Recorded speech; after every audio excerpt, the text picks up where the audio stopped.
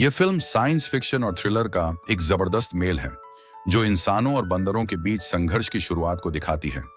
यह फिल्म हमें यह सोचने पर मजबूर करती है कि अगर इंसान विज्ञान के साथ खिलवाड़ करता रहेगा तो उसका क्या अंजाम होगा। फिल्म की शुरुआत विल रोडमैन नाम के वैज्ञानिक से होती है जो जेनसाइस नामक एक बायोटेक कंपनी में काम करता है।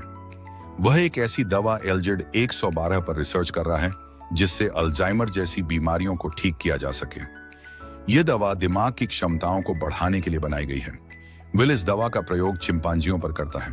उनमें से एक मादा चिंपांजी ब्राइट आइज पर इस दवा का बेहद असरदार प्रभाव पड़ता है। वह ज्यादा समझदार और तेज हो जाती है।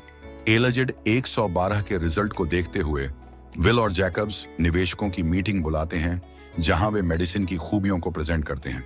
लेकिन इसी बीच वो मादा चिंपैंजी काफी आक्रामक हो जाती है और लोगों पर हमला कर देती है।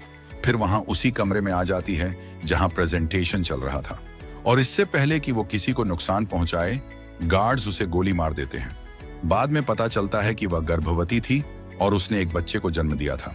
विल उस बच्चे को अपने घर ले आता है और उसे सीजर नाम देता है। विल अपने पिता चार्ल्स रोडमैन के साथ रहता है जो खुद अल्जाइमर का शिकार है। वह सीजर को अपने बेटे की तरह पालता है। धीरे धीरे सीजर की बुद्धिमत्ता इंसानों जैसी हो जाती है। वह इशारों की भाषा समझने लगता है और विल के साथ इंसानों की तरह रहने लगता है। वह न केवल पढ़ सकता है बल्कि जटिल चीजों को भी समझ सकता है। लेकिन एक दिन जब विल का पड़ोसी उसके बीमार पिता को परेशान करता है तो सीजर गुस्से में आकर उस पर हमला कर देता है। इसी वजह से उसे एक जानवरों के संरक्षण केंद्र में भेज दिया जाता है। यह केंद्र दिखावे के लिए जानवरों की देखभाल करने की जगह होती है, लेकिन असल में वहां के कर्मचारी बंदरों के साथ बुरा व्यवहार करते हैं। खासकर डॉज लैंडन नाम का एक कर्मचारी सीजर को बहुत प्रताड़ित करता है। यहीं पर सीजर को एहसास होता है कि वह इंसानों का गुलाम बनकर नहीं रह सकता। वह अन्य बंदरों से दोस्ती करता है और धीरे धीरे उनमें क्रांति की भावना भरने लगता है। इस बीच विल अपनी रिसर्च को आगे बढ़ाता है और ALZ 113 नामक एक नई दवा बनाता है जो पहले से भी ज्यादा ताकतवर होती है। लेकिन इस दवा का इंसानों पर खतरनाक असर पड़ता है जबकि बंदरों की बुद्धिमत्ता कई गुना बढ़ जाती है।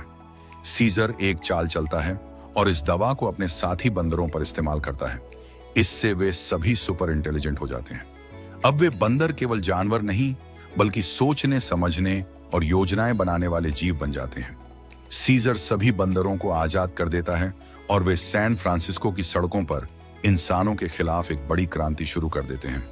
वे गोल्डन गेट ब्रिज पर पुलिस और सेना से भिड़ जाते हैं। सीजर इंसानों को मारने की बजाय उन्हें हराने पर जोर देता है। अंत में वह अपने साथियों के साथ जंगल में चला जाता है और वहां बंदरों की आजादी का ऐलान करता है। जबकि बंदर अपनी आजादी की खुशी मना रहे होते हैं, दूसरी तरफ एक बड़ा संकट आ चुका होता है। ALZ 113 वायरस इंसानों के लिए बेहद घातक साबित होता है। यह वायरस एक एयरलाइन पायलट के जरिए दुनिया भर में फैलने लगता है जिससे इंसानों की आबादी तेजी से घटने लगती है। यहीं से आगे की फिल्में down of the planet of the apps 2014 और war for the planet of the apps 2017 की कहानी शुरू होती है। फिल्म का संदेश 1, प्रकृति के साथ खिलवाड़ इंसानों के लिए खतरनाक हो सकता है। 2, जानवर भी भावनाएं और बुद्धिमत्ता रखते हैं, उन्हें गुलाम नहीं बनाना चाहिए। 3, अगर विज्ञान का गलत इस्तेमाल किया जाए तो यह इंसानों के विनाश का कारण बन सकता है। निष्कर्ष, rise of the planet of the apps सिर्फ एक एक्शन फिल्म नहीं बल्कि एक गहरी सोच वाली कहानी है। यह दिखाती है कि इंसानों की गलतियों की वजह से कैसे एक नई प्रजाति उभरती है और दुनिया पर राज करने की ओर बढ़ती है।